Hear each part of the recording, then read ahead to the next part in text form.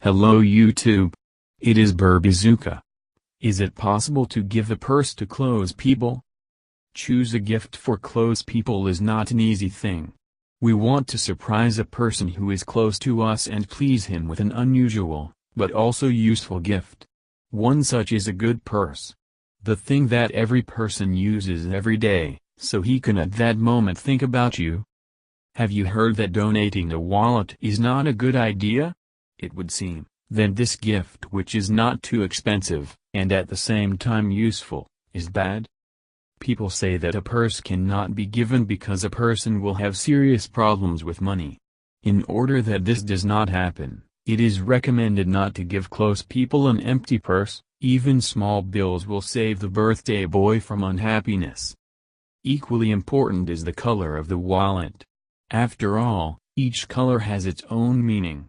For example, black, brown, attract money. And other colors, for example blue, green, blue, on the contrary are taken away. Give preference to dark colors.